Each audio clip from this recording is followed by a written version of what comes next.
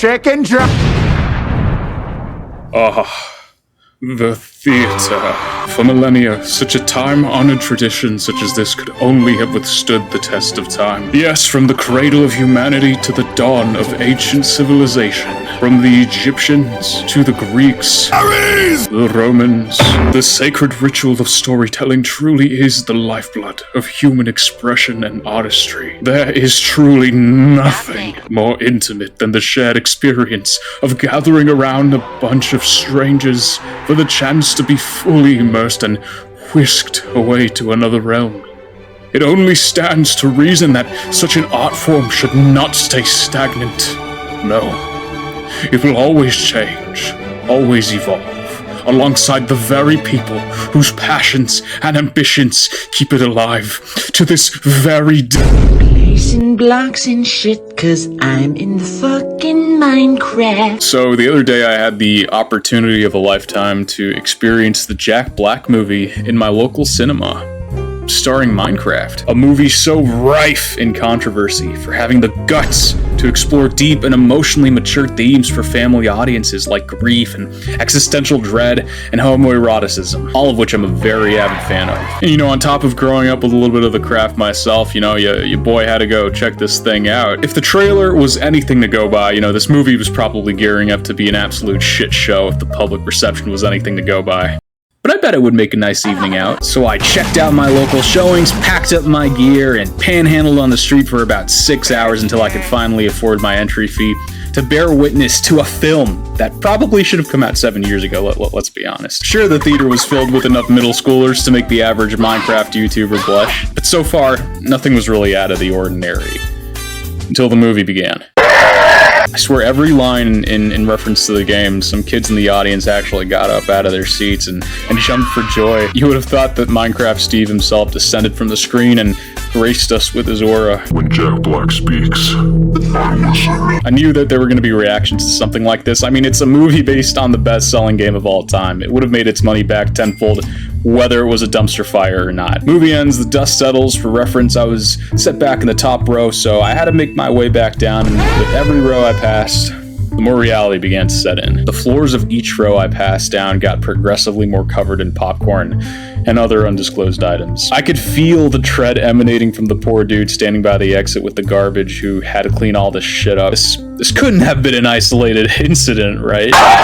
To be fair to the showing I went to, it wasn't nearly as bad as what we're looking at here, but I don't think I've ever come out of a theater this dirty since that one time on July 17th, 1978 at 3:32 a.m. at 37.784877. Ever since the second trailer for a Minecraft movie came out, the initial public backlash that had plagued this movie for months was suddenly replaced with shitpost after shitpost about some of the lines spouted in the trailer that I can't seem to go less than a minute without being reminded of its existence. It's like the studio knew that if they picked out these exact lines from the movie, it'd work on fans like some sort of activation phrase that would signal the end of movie theater etiquette as we all know it. But to say that studios are in touch with audiences these days is pretty wishful thinking, isn't it? And of course it worked. The movie's marketing began to ride its own wave of post-ironic hype for a movie that on the surface wasn't looking to be that great in the first place, but it didn't matter because it's Minecraft. A film so rooted in Gen Z and Gen Alpha culture that no matter how much bad press this movie would have gotten, we all still would have come out to see it anyway. But the Jack Blackness of it all just amplified our sociopathic tendencies. So now we're seeing the fallout. Cops being called, people bringing live animals into the theater for a laugh. You know, this isn't even the first time we've seen people react to a film like this over a meme. The critically acclaimed film Minions: The Rise of Gru saw a bunch of people dressing up in response to the gentle minion trend. A meme that prompted people to act in the complete opposite direction of how people are acting out at the Minecraft movie screenings. The only difference between now and then is that people are actually hyper passionate about Minecraft, and it's being treated as a significant once-in-a-lifetime cultural event. It's the Black Panther Avengers Endgame for people who treat brain rot as the highest form of comedic expression. But once the film is over, people leave, and the only people left to pick up after the chaos are theater employees. People forget that the people working these theaters aren't paid nearly enough to deal with any of this shit. Imagine you're working your last showing of the night, and you've just been told that you have to clear out the theater that was showing the Minecraft movie. Just like that, what could have taken you about 10 minutes to clean up at any other usual screening just added another hour to your night before closing. All for a gracious $10.36 an hour. But don't worry, that 12-cent raise is coming your way real soon. Theaters have started to respond with countermeasures to make sure that kids settle down during screenings by posting warnings before the start of showings, but what if I told you that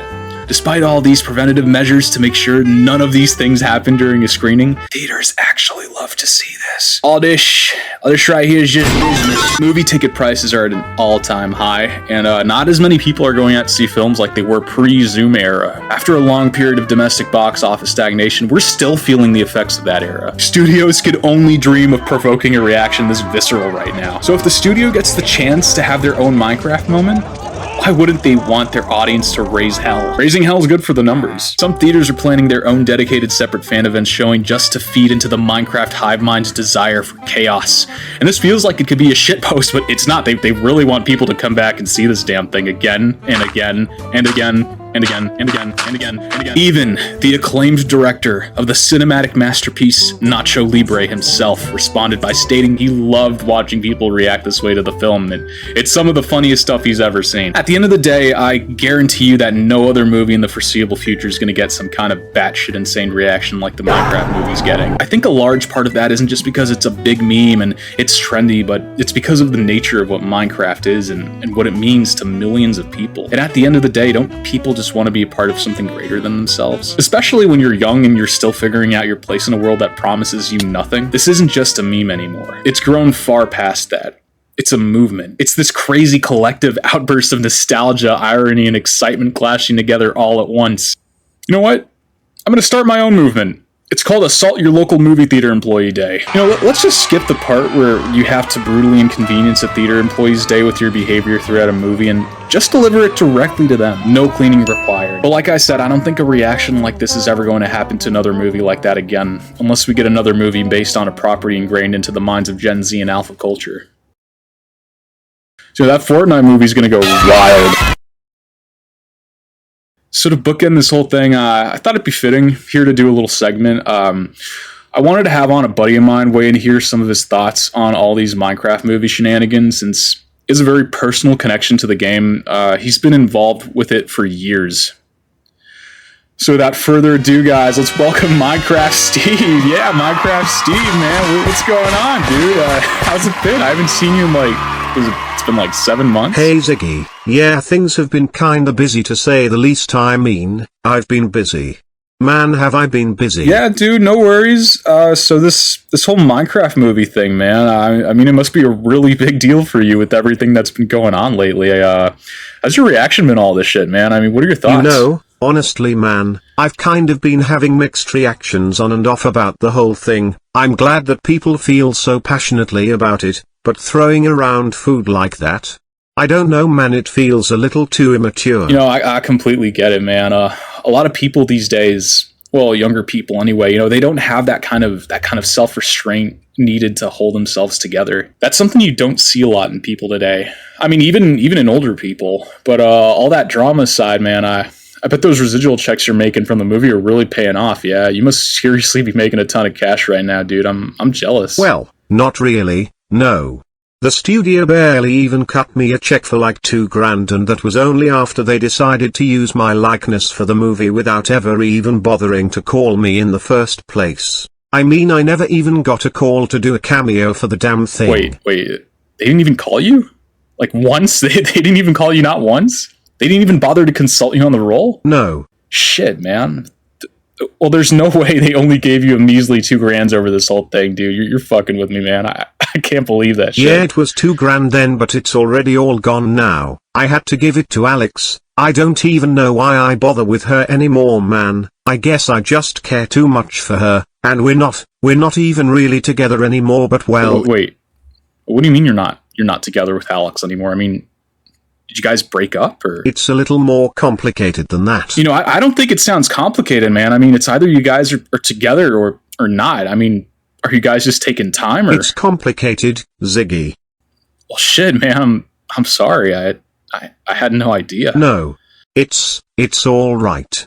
See, about a year ago we started to get a little experimental. She wanted to try pufferfish in bed. As if I wasn't already good enough for her without it. She convinced me to try it out too, and to tell you the truth, it was fun at first. Mild side effects, but we came out alright. It didn't become a problem until I started catching her using it outside of the bedroom. Oh. Damn. Yeah, I thought it was just going to be a phase. We've been through rough patches like that. But she started using more and more. It was like, it was never enough for her. And she would tell me that I was overreacting. I guess if caring enough for someone you love is overreacting, then I guess yeah, I was overreacting. I knew it was going too far when I caught her trying to melt down blaze rods for alchemy. She said she saw it on a Reddit post. Yeah, you could pretty much find out anything on Reddit. It's kind of crazy on there. But she doesn't even have a Reddit, Ziggy. We don't even have fingers to scroll through any of that. Oh.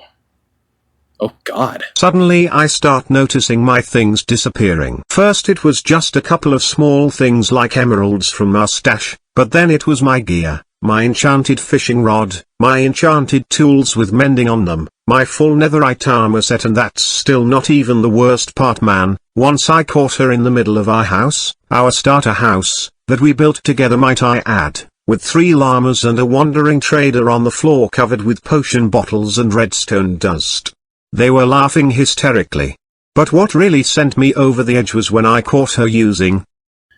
Hey, man, listen, it's alright, you don't need to talk about anything that you don't want to. No. I need to speak. I need this. She was using black tar nether heroin, Ziggy. Black tar. Nether heroin. Shit, man. Wow. I don't know what to say. That's some serious shit, Steve. That was the final straw. I had to beg her to go to rehab. I couldn't bear seeing her like this anymore. I love her, Ziggy, and I would have done anything to save her from the path she was walking down on. It's been about 2 months since I've seen her. I used all the money I had left to fund her recovery. Truth is, I'm too tired to care about everything that's been going on recently. Chicken jockey this, chicken jockey that.